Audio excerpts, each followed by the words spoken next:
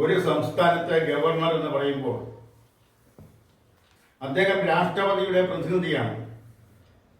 അതോടൊപ്പം തന്നെ ആ സംസ്ഥാനത്ത് എത്ര സർവകലാശാലകളുണ്ടോ അത്രയും സർവകലാശാലകളുടെ ചാൻസലർ കൂടിയാണ്. കേരള ഗവർണറെ കുറിച്ച് പറയുമ്പോൾ കേരളത്തിലെ 7 സർവകലാശാലകളുടെ ചാൻസലറാണ് ഗവർണർ. ആ ഗവർണർ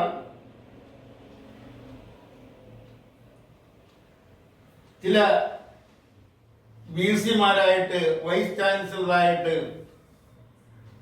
നിയമിച്ചവരെ ചാൻസലർ അല്ലാതെ അല്ലെങ്കിൽ ചാൻസലർ ആയി വരുന്നതിന് മുമ്പ് നിയമിച്ച VC-മാരെ, അതായത് വൈസ് ചാൻസലർമാരുടെ നിയമനം അസാധുവാക്കിക്കൊണ്ട് ഗവർണർ ഉത്തരവ് പുറപ്പെടുവിച്ചു.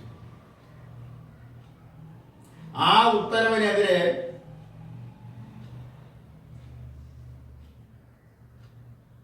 ഉത്തരവിനെ ചോദ്യം ചെയ്തുകൊണ്ട്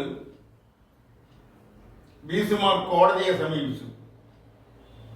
ഇവിടെ വിചിത്രം എന്ന് പറയാവുന്നത് സാധാരണയായി സർക്കാരിനെതിരെ അല്ലെങ്കിൽ അതുപോലുള്ള ഏതെങ്കിലും സ്ഥാപനത്തിനെതിരെ ഏതെങ്കിലും സർക്കാർ ജീവനക്കാരനോ സർക്കാരിന്റെ നിന്നും ആദായം പറ്റുന്ന ആളോ കേസ് കൊടുക്കുമ്പോൾ ആ കേസിന് വേണ്ടി വരുന്ന ചെലവുകൾ അതാത് പരാതിക്കാരനാണ് വഹിക്കാറുള്ളത്. അതാണ് കീഴ്വഴക്കം.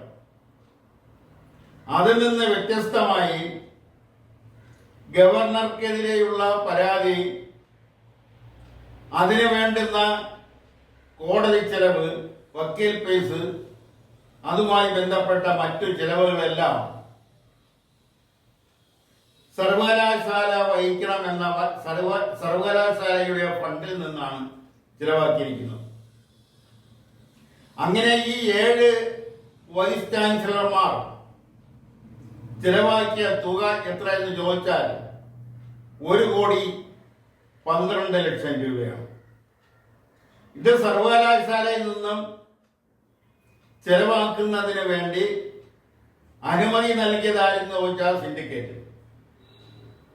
ആ സിൻഡിക്കേറ്റിനെ കൊണ്ട് അങ്ങനെ ഒരു തീരുമാനം എടുപ്പിച്ചതിന്റെ പിന്നിൽ ആരെന്ന് ചോദിച്ചാൽ അത് ഈ വൈസ് ചാൻസലർമാരും അല്ലെങ്കിൽ വൈസ് ചാൻസലറെ അനുകൂലിക്കുന്ന ചില സംഘടനാ ഭാരവാഹികൾ, അതുപോലുള്ള മറ്റു ചില ബാഹ്യ ശക്തികളെല്ലാം അതിൽ ഉൾപ്പെട്ടിട്ടുണ്ടാവാം. എന്തായാലും ഗവർണർക്കെതിരെയുള്ള പരാതിയിൽ ആ പരാതി കോടതിയിൽ ചോദ്യം ചെയ്യുന്നതിന് വേണ്ടുന്ന ചെലവ് സർവകലാശാലയിൽ നിന്ന് തന്നെ എടുത്ത് ചിലവഴിക്കുന്ന ഒരു കീഴ്വഴക്കം, ഒരു നടപടിക്രമം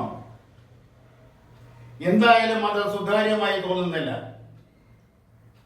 ഒരു ഗവൺമെന്റ് തീരുമാനത്തിനെതിരെ ആർക്കും കോടതിയെ സമീപിക്കാം. ചാൻസലർ എന്ന നിലയിൽ ഗവർണർ എടുക്കുന്ന തീരുമാനത്തെ അല്ലെങ്കിൽ ഗവർണർ പുറപ്പെടുവിക്കുന്ന ഉത്തരവിനെതിരെ അതുമായി ബന്ധപ്പെട്ട കക്ഷികൾക്ക് കോടതിയെ സമീപിക്കാം. പക്ഷെ അതിലേക്ക് വേണ്ടുന്ന ചെലവ് അത് അവരവർ തന്നെ വഹിക്കുന്നതാണ് നാളിതുവരെയുള്ള കീഴ്വഴക്കം. അതിന്റെ നിയമവശങ്ങളിലേക്ക് ഇപ്പോൾ കടക്കുന്നില്ല. എന്തായാലും അതൊരു വിചിത്ര സംഭവമാണെന്ന് പറയാതിരിക്കാൻ വയ്യ. ഗവർണർക്കെതിരെ കേസ് കൊടുത്തുള്ളൂ, അല്ലെങ്കിൽ ചാൻസലർക്കെതിരെ കേസ് കൊടുക്കുക. പക്ഷെ അതിനു വേണ്ടുന്ന ചെലവ് ആ കേസ് കൊടുക്കുന്നവർ തന്നെയാണ് വഹിക്കേണ്ടത്. അതാണ് അതിന്റെ മാന്യത, സുതാര്യത. കേന്ദ്രം ഭരിക്കുന്ന സർക്കാർ, ആ കേന്ദ്രം ഭരിക്കുന്ന സർക്കാരും രാഷ്ട്രപതി, ഗവർണർ, ഇതെല്ലാം ഒരു പ്രത്യേക മാനദണ്ഡം അനുസരിച്ചാണ് പ്രവർത്തിക്കുന്നത്. കേന്ദ്രം ഭരിക്കുന്ന സർക്കാരിൽ നിന്ന് വ്യത്യസ്തമായി, അല്ലെ കേന്ദ്ര ഭരണത്തിന്, കേന്ദ്ര മന്ത്രിസഭയ്ക്ക് നേതൃത്വം കൊടുക്കുന്ന രാഷ്ട്രീയ പാർട്ടിയുടെ കക്ഷികളല്ലാത്ത രാഷ്ട്രീയ പാർട്ടികൾ ഭരിക്കുന്ന സംസ്ഥാനങ്ങളിൽ ആ സംസ്ഥാനത്തെ സർക്കാരും അല്ലെങ്കിൽ മന്ത്രിസഭയും ഗവർണറുമായി ചില പൊരുത്തക്കേടുകൾ ഉണ്ടാവുക എന്ന് പറയുന്നത് സ്വാഭാവികമാണ്. അത് ഇന്നലെ തുടങ്ങിയതല്ല. പക്ഷെ ആ പൊരുത്തക്കേടുകൾ, ആ അഭിപ്രായ വ്യത്യാസങ്ങൾ പറഞ്ഞു തീർക്കുകയും ഇരു കൂട്ടർക്കും യോജിക്കാവുന്ന മേഖലകൾ കണ്ടെത്തി കൂട്ടായ തീരുമാനവുമായി മുന്നോട്ട് പോകുകയാണ് നാളിതുവരെ ചെയ്തു പോന്നിട്ടുള്ളത്. അതിൽ നിന്ന് വ്യത്യസ്തമായി ഇന്ത്യയിലെ 3 സംസ്ഥാനങ്ങൾ, പ്രത്യേകിച്ച് എടുത്തു പറയത്തക്ക 3 സംസ്ഥാനങ്ങൾ, കേരളം, തമിഴ്നാട്, പശ്ചിമ ബംഗാൾ, ഈ 3 സംസ്ഥാനങ്ങളിലും ഭരിക്കുന്നത് കേന്ദ്രം ഭരിക്കുന്ന രാഷ്ട്രകക്ഷികളല്ല, ആ കക്ഷിയുടെ സംസ്ഥാന കക്ഷികളല്ല. അതുകൊണ്ടാണ് ഗവർണറും സംസ്ഥാന സർക്കാരുമായി അഭിപ്രായ ഭിന്നതകൾ ഉണ്ടാകുന്നത്. 2 കാഴ്ചപ്പാടുകൾ, 2 രാഷ്ട്രീയ മാനദണ്ഡങ്ങൾ, 2 രാഷ്ട്രീയ തീരുമാനങ്ങൾ നിലവിൽ വരുമ്പോൾ, പരസ്പരം യോജിക്കാനാവാത്ത നിലയിലേക്ക് അത് കൊണ്ടെത്തപ്പെടുമ്പോൾ ഭിന്നതകൾ ഉടലെടുക്കുന്നു. എന്നാൽ അത് നീട്ടിക്കൊണ്ടുപോകാതെ